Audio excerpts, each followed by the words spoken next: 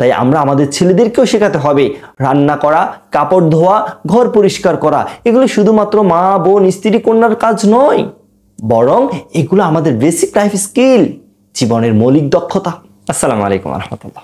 সম্মানিত অভিভাবক, রাকিবের মা ছোটবেলা থেকে রাকিবকে একরকম বিশেষ আদর দিয়ে বড় করেছে। ওই যে প্রবাদ বাক্যের ন্যায়, ছেলেকে মাটিতে রাখতেন না পিঁপড়ের ভয়ে, মাথায় রাখতেন না উকুনের ভয়ে। একটু বড় হওয়ার পর স্কুল থেকে ফিরে যখন রাকিব ইউনিফর্ম বিছানার উপর ছুঁড়ে ফেলতো, তখন রাকিবের মা রাকিবের বোন ফাতেমাকে বলতেন, যাও তো ভাইয়ের জামাটা তুলে রাখো। খাওয়া শেষ করে প্লেট রেখে যখন রাকিব উঠে চলে যেত, তখন রাকিবের আম্মু ফাতেমাকে বলতো, ভাইয়ের প্লেটটা ধুয়ে দাও। ঘর যদি নোংরা করতো, তখনও বলতেন, মেয়েরা তো ঘরের কাজ করবেই, ভাই তো ছেলে মানুষ, একটু পরিষ্কার করে দাও।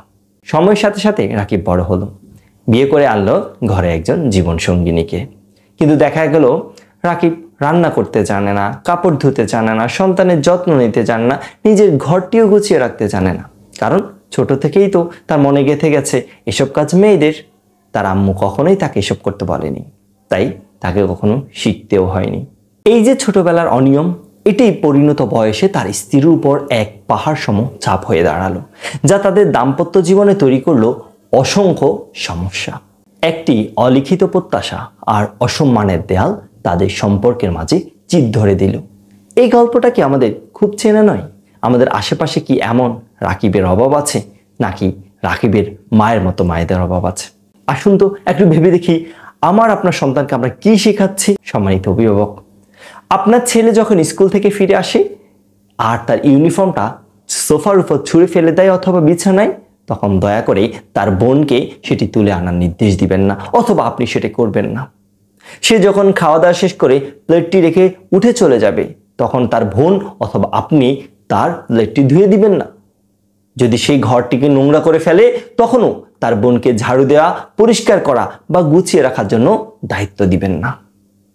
এই ছোট ছোট অনিয়মগুলোই একদিন বড় অসাম্য তৈরি করবে। এই অভ্যাস একটি ছেলেকে ধীরে ধীরে এমন একটি মানুষে রূপান্তর করবে যে মনে করে বোন, স্ত্রী বা পরিবারের অন্য নারীদের কাজই হলো তার সেবা করা। সে ভাববে যে নিজের কাপড় গোছানো, খাবার শেষে থালা বাসন পরিষ্কার করা, নিজের ঘর পরিষ্কার করা ইত্যাদি এসব তার দায়িত্ব নয়। ভবিষ্যতে এই ছেলে হয়ে উঠবে একজন অলস, দায়িত্ব জ্ঞানহীন সন্তান, স্বামী কিংবা বাবা, যে নিজের সব দায়িত্বভার তার স্ত্রীদের উপর চাপিয়ে দিবে। তাই অনুগ্রহ করে আপনার ছেলে সন্তানকে এমনভাবে বড় করুন যেন সে নিজের কাজ নিজেই করতে পারে। সমাজে যেসব দায়িত্ব জ্ঞানহীন পুরুষের দেখা মেলে, তাদের শুরুটা কিন্তু এভাবেই হয়। মনে রাখবেন, একটি সমাজের ভিত্তি রচিত হয় পরিবারে পাওয়া সঠিক শিক্ষার মাধ্যমেই।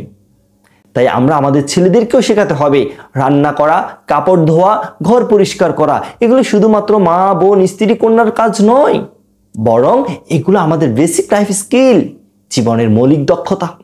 একজন পুরুষ যদি এসব কাজ করতে পারে, তবে সে কখনোই একজন স্ত্রীকে শুধু গৃহস্থলীর কাজের মানদণ্ড দিয়ে বিবেচনা করবেন না। তিনি মনে করবেন তার স্ত্রী তার রব্বাতুল বাইত। এগুলো একজন সচেতন, দায়িত্ববান স্বামীদের পরিচায়ক।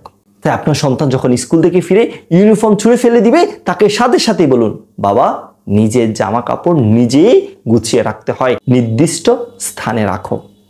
খাওয়ার পর প্লেট যখন রেখে উঠে যাবে, তখন তাকে বলুন, খাবার শেষে নিজের প্লেট নিজে পরিষ্কার করতে হবে।